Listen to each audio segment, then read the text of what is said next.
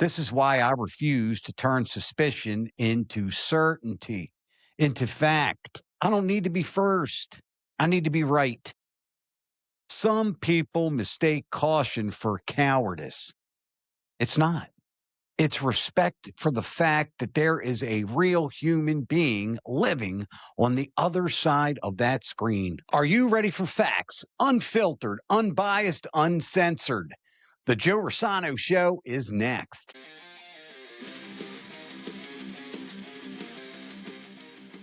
Welcome to the Joe Rosano Show. Hi, I am Joe Rosano. Let's rock. My dearest friends and fellow Americans, today we're talking about something that doesn't get enough attention: the cost of being wrong in public.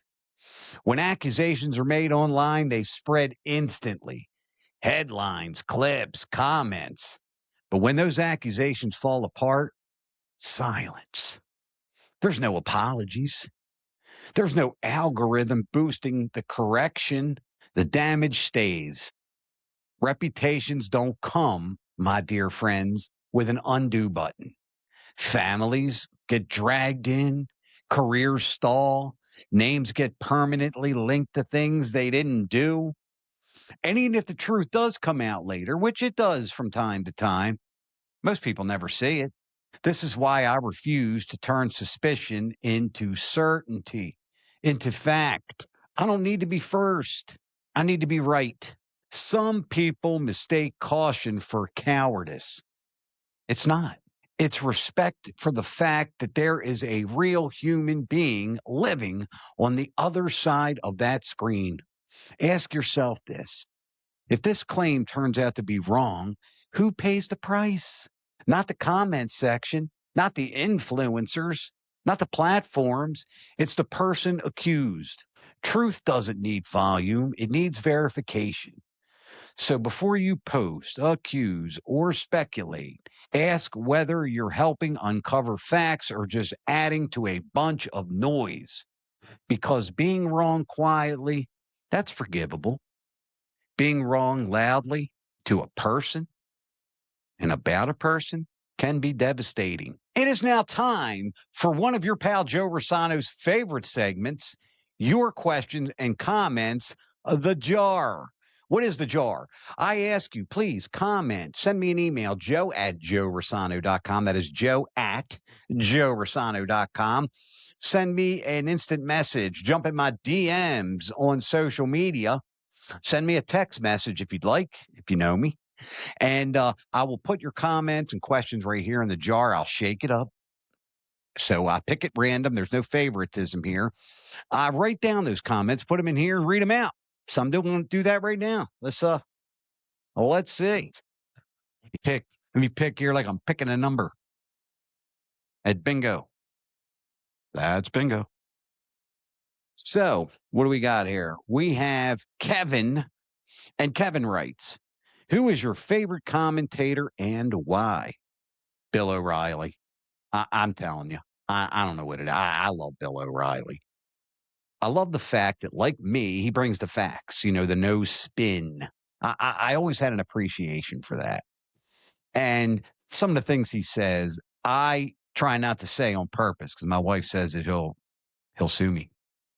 No, that might not look really good. Like when he says, "What say you?" Or if he's in the middle of an interview and he doesn't agree with what they're saying, but he wants to be nice and let them have their say, he'll go, go, go. I like that. I really like that.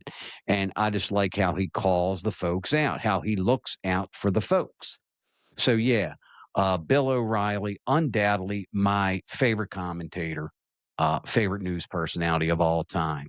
Bill, if you're watching, give me a call. Love to have you on, or I'd be happy to come on to the No Spin News. Love Bill O'Reilly. Next. This from Annie. Annie writes, did anyone ever tell you that you sound like Jack Nicholson? Well, yeah, a lot, actually, on the phone. On the phone. I don't get it a whole lot in person, but I get it on the phone. I'll be the first one to say, I don't want to say I talk funny, but I have a very unique accent. I'm from Baltimore, and I guess, my parents were a bit Southern. So I guess the only accent that I have here. But when I'm on the phone with customer service, et cetera, a lot of times the customer service more than once will say, you sound like Jack Nicholson. And it's not on purpose. Believe me, it's not on purpose.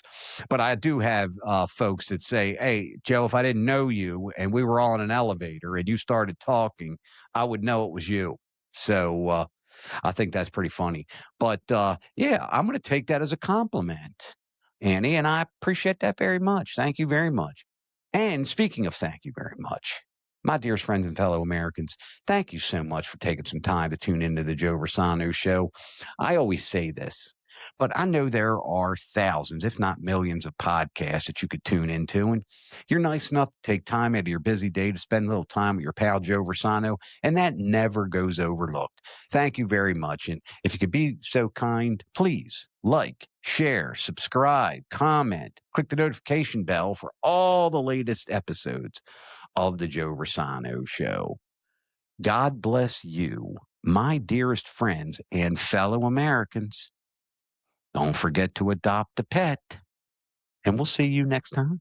Thank you for watching. Don't forget to subscribe and click the notification bell for all the latest episodes of the Joe Rosano Show.